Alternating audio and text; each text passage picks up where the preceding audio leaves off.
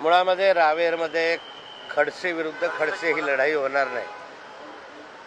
रोहिणीताई खडसे किंवा मी तर माझ्या प्रकृतीच्या कारणासाठी फार पूर्वीपासूनच डॉक्टरांच्या सल्ल्यानुसारच निवडणुका लढवू अशा स्वरूपाचं एक धोरण घेतलं होतं. मला डॉक्टरांनी अजून या संदर्भातली परवानगी दिलेली नाही. त्यामुळे मी रावेर मतदारसंघामध्ये उमेदवारी करू इच्छित नाही. रोहिणीताई या ठिकाणी उमेदवार म्हणून त्यांनी कधीही विचार केला नव्हता. त्यांनी निव्वळ विधानसभा लढवायची या हेतूनेच गेले 4-5 वर्षापासून काम करता आहे. त्यामुळे रोहिणीताईसुद्धा रावेर लोकसभा क्षेत्राच्या उमेदवार नाही.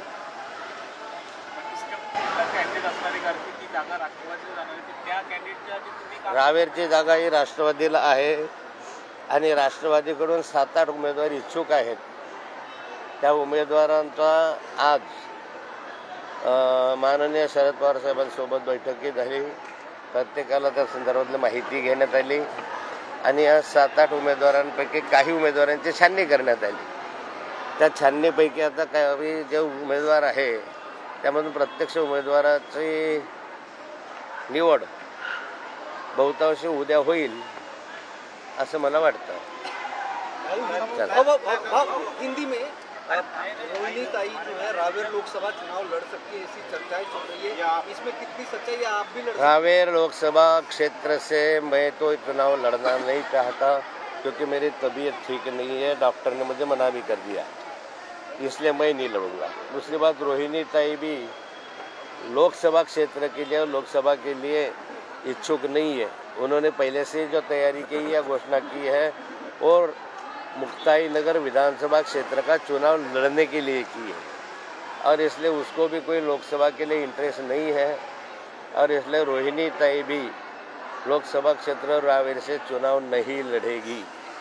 दूसरा ये रहा कि हमारे यहाँ लोकसभा चुनाव क्षेत्र ये राष्ट्रवादी के हिस्से में आया है और राष्ट्रवादी के और भी 6-7 उम्मीदवारों ने अपनी मांग की है. वो उम्मीदवारों की आज मुलाकातें भी हुई. पवार साहब और जयंतराव पाटिल उसमें उपस्थित थे. पार्टी के आला नेता भी उसमें उपस्थित थे. अभी ये 6-7 लोगों में से कुछ 2-3 लोगों की स्क्रीनिंग करके मुझे अपेक्षा है कि कल पार्टी इसके बारे में उचित निर्णय लेगी. चुनाव आयोग की प्रेस कॉन्फ्रेंस होने वाली है और 3 बजे से आचार संहिता और इलेक्शन का शेड्यूल डिक्लेयर हो जाएगा. महाराष्ट्र की बात करें तो आप सीनियर नेता है, कैसे देखते हैं महाविकास आघाड़ी बनेगी और एनसीपी को किस तरह से देखते हैं, किस तरह से परफॉर्मेंस रहेगा 48 सीटों पर? देखो, महाराष्ट्र में महाविकास आघाड़ी की ओर से 48 के 48 सीटें का बंटवारा करीब हो चुका है. एक 4-6 जगहों के बारे में आज या कल में इसमें फाइनल निर्णय हो जाएगा ऐसी अपेक्षा है और ये सारी सीट पर हमारे उम्मीदवार खड़े रहेंगे. और महाराष्ट्र की आज की स्थिति अगर देखी जाए तो महाराष्ट्र में की जनता महाराष्ट्र सरकार के ऊपर और केंद्र सरकार के ऊपर में बहुत बड़ी नाराज़गी से देख रही है, नाराज़ है और ये नाराज़गी का फ़ायदा हम लोगों को लोकसभा के चुनाव में होगा.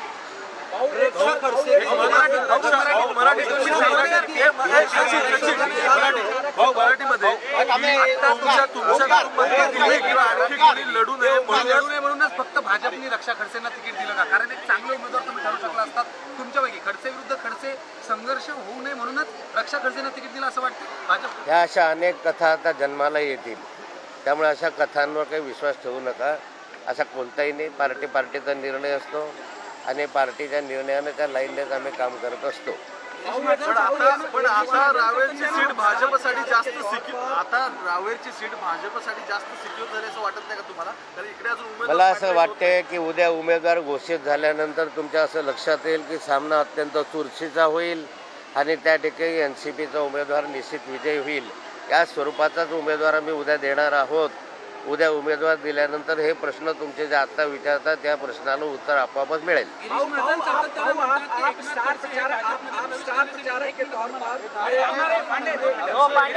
वारंवार बोलतात की एकनाथ खडसे हे पुन्हा एकदा भाजपच्या वाटेवर आहेत आणि म्हणूनच हे सगळ्या गोष्टी होत आहेत. वारंवार त्यांनी बोलले. काल परवा देखील त्यांनी आपल्या प्रतिक्रियेत त्यांनी तसं सांगितलं. गिरीश महाजन मी त्यांच्या प्रश्नाला उत्तर देऊ इच्छित नाही. बाबू आप स्टार प्रचारक के तौर पर पूरे महाराष्ट्र भर में दौरा करेंगे। रावेर की सीट पर भी अपने जो प्रत्याशी के लिए किस तरीके से जी जान लगाएंगे ताकि आपका प्रत्याशी चुनकर आए? अगर मेरी सारी योजनाएं अगर आपको बता दूं तो अपोजिशन को पता चल जाएगा कि मैं क्या करने वाला हूँ। कल से चुनाव डिक्लेयर होने वाले हैं और बीजेपी कह रही है कि इस बार महाराष्ट्र में 45+ सीटें जीतेंगी, क्योंकि नरेंद्र मोदी ने बहुत काम किया है 10 साल में। राम मंदिर बनाया, 370 हटाया, सीए जो है लागू किया, ऐसे कई सारे उनके उदाहरण हैं। उनका कहना है कि इस बार नरेंद्र मोदी के चेहरे और विकास के चेहरे पर हम जीत जाएंगे। देखिए, किसने कितना काम किया ये तो मुझे मालूम नहीं है, पर इतना जरूर है कि महाराष्ट्र की जनता में बहुत बड़ा असंतोष है।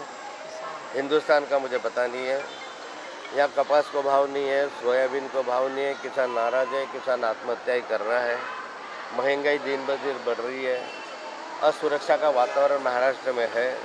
और ये सारा वातावरण देख के महाराष्ट्र सरकार के बारे में जो आज असंतोष है, वो असंतोष और केंद्र सरकार के बारे में जो महंगाई वगैरह बढ़ी है, प्याज के निर्यात के लिए परमिशन नहीं है, कपास के निर्यात के लिए परमिशन नहीं है, ये सारे मुद्दों को मुद्देनजर रखते हैं ऐसा मुझे लगता है कि आज वातावरण केंद्र और राज्य सरकार के विरोध में है, उसका फायदा अपोजिशन को जरूर होगा। दादा, एक शेवटचा मराठीत प्रश्न, उद्या निवडणूक जाहीर होते, आकडे जे समोर येतात, अनेक सर्वे येत आहेत, वेगवेगळे आकडे जे समोर येतात, ते सर्वाधिक जागा या महायुतीला, अगदी 38-40 पेक्षा जास्त जागा महायुतीला दाखवतात.